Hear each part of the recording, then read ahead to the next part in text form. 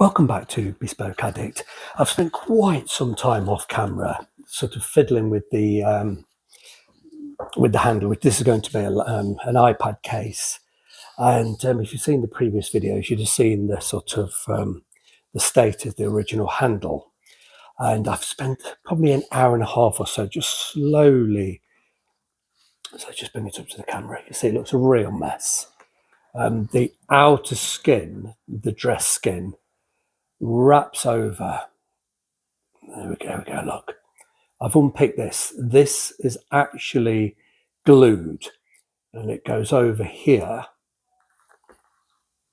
And it's just glued onto the edge of, there's various veneers, very thin leather veneers. There's about 4 or 5 of them.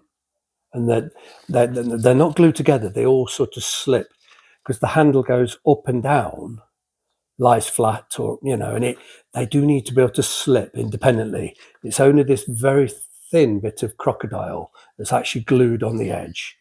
Then there's this is extremely thin. It's, I don't know, it's about as thick as a piece of paper. It is leather, and that dresses, if I can do this in the camera, it just dresses the last on the inside here. But what's happened, a lot of the edge have become very frayed, and there's no crocodile skin to pull under. I've got a nice piece of crocodile skin here. Let's just see if I can thread this through. I've had to separate everything, separate all of the glue, all of the veneers, all of the crocodile skin. And it's just, which way around will it go? That way. It's a bit fiddly, but if I can push this through, this donor skin, I will glue the fragments of the original dress skin to the donor skin.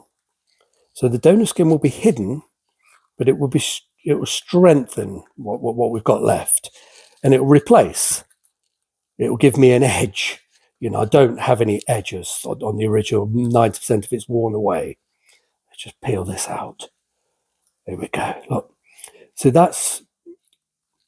Is there? Yes, there is.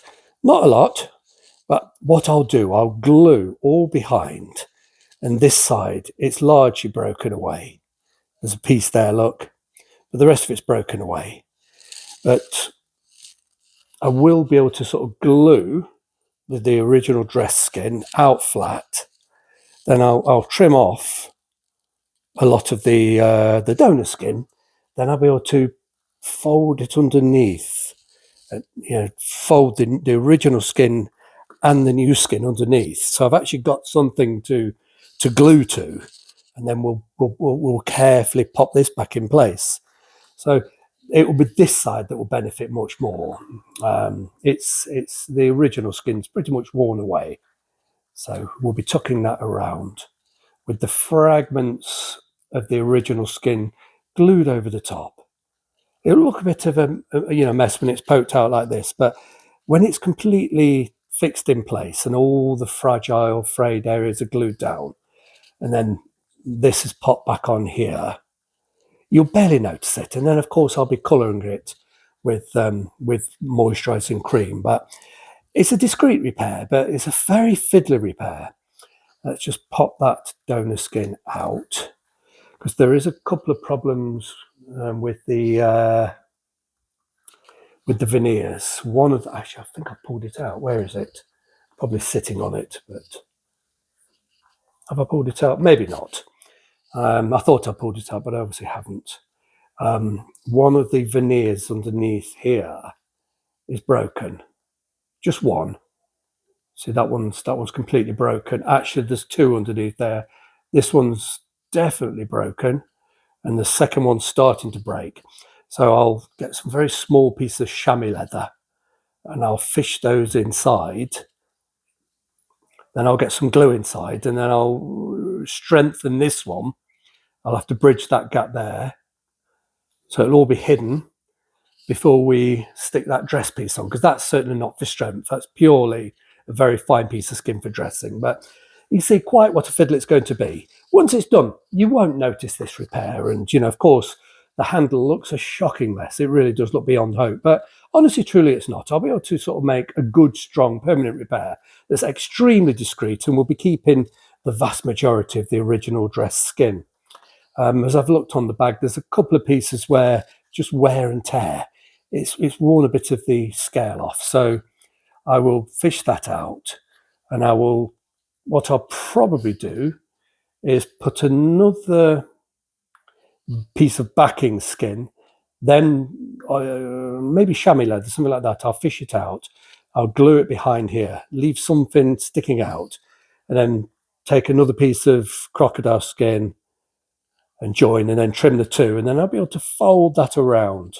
But you can't just sort of stick a piece of crocodile on there. It needs to have something to back it. It's just been worn away. It's just rubbed and worn until it's there'll be a few repairs like that.